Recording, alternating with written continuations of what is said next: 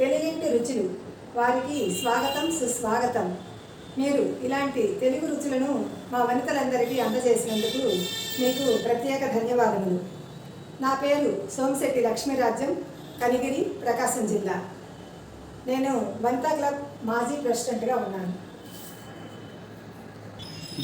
తెలుగింటి రుచులు కార్యక్రమంలో నేను చేస్తున్న వంటకం శనగవేడల పాయసం. ఇది తెలియని తెలుగువారు ఉండరేమో, అంతటి సాంప్రదాయ వంటకం అన్నమాట ఇది. దీనికి కావలసిన పదార్థాలు: ఉడికించిన శనగబేడలు ఇవి, అలాగే బెల్లము, తురిమిన బెల్లము, పాలు, వేయించి పెట్టుకున్న జీడిపప్పు, బాదం పప్పు, కిస్మిస్.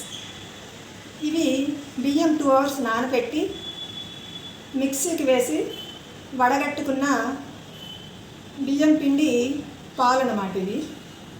ఇది చిక్కదనాన్ని ఇస్తుంది, ఈ పాయసానికి ఎంతో రుచిని తెస్తుంది. అలాగే పాలల్లో కుంకుమ పువ్వు వేసి కొంచెం నానబెట్టి ఉంచుకోవాలి. యాలక్కాయ పొడి, పచ్చకర్పూరం, ఈ రెండు ఇక్కడ మెత్తగా పౌడర్ చేసి పెట్టుకున్నాను. పచ్చకర్పూరం వేయాలంటే తెలిసిన వారైతే పర్వాలేదు, తెలియని వారికి ఇంత ఒక్క నలకండి. ఎక్కువ వేస్తే పాయసం అంతా పాడైపోతుంది.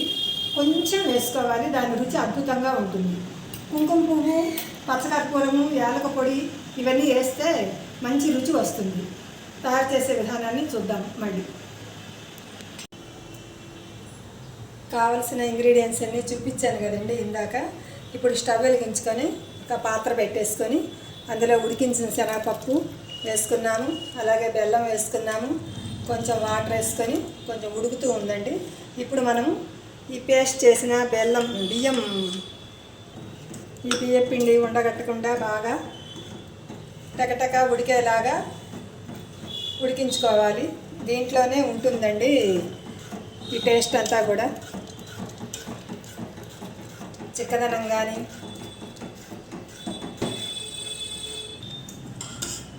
చూడండి, చక్కగా ఉడికిపోయింది. బియ్యం పిండి పాలు వేసాం కదా మనము, బాగా ఉడకాలండి. ఇది ఉడికితేనే రుచి వస్తుంది. ఉడికిన తర్వాత చిక్కటి మేగడ పాలను 1 కప్పు వేసుకుంటున్నాను.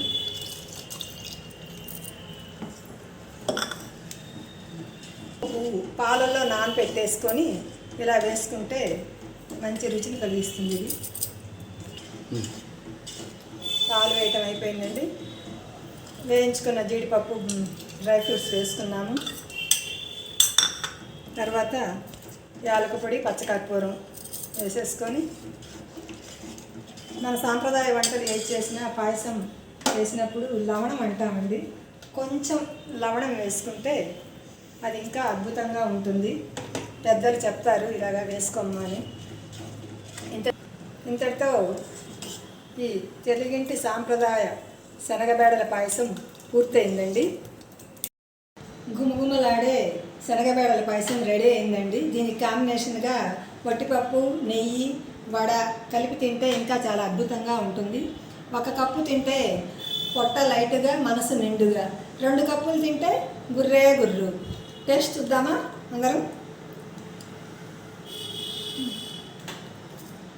సూపర్గా ఉందండి. అమరావతి న్యూస్ తెలుగు ఛానల్ వారికి ప్రత్యేక ధన్యవాదములు మాకు అవకాశం.